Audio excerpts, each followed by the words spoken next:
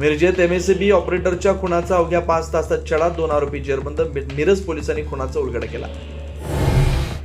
आणि सांगली ग्रामीण पोलिसांची मोठी कारवाई. जुनी धामणीतील सांडपाणी योजनेवरील साहित्य चोरणारी टोळी जेरबंद. 66,000चा मुद्देमाल जप्त.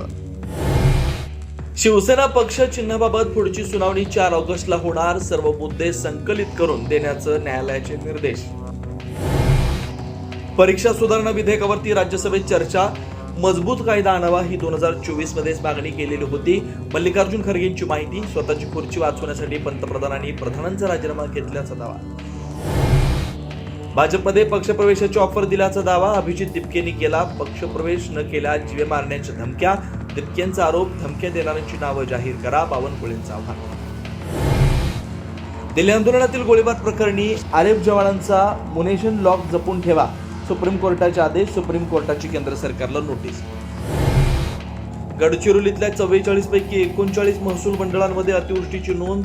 नद्या नाले दुथडी भरून वाहतायत. अनेक रस्ते बंद. जनजीवन विस्कळीत. नगर परिषदेच्या इमारतीला पाण्याचा विळखा. मराठमोळा क्रिकेटपटू अजिंक्य रहाणेच्या आंतरराष्ट्रीय क्रिकेटमधून निवृत्ती. इंस्टाग्रामवरती व्हिडिओ टाकून केली घोषणा. 12 कसोटी आणि 3 वनडे सेंचुरी ठोकून इनिंग आटोपली. पुणे महापालिकेच्या मुख्य प्रवेशद्वारासमोर शिवसेनेचं आंदोलन. महापालिकेत भ्रष्टाचार झाल्याचा शिवसेनेचा आरोप. विकास कामं रखडल्यामुळे शिवसेनेची नाराजी.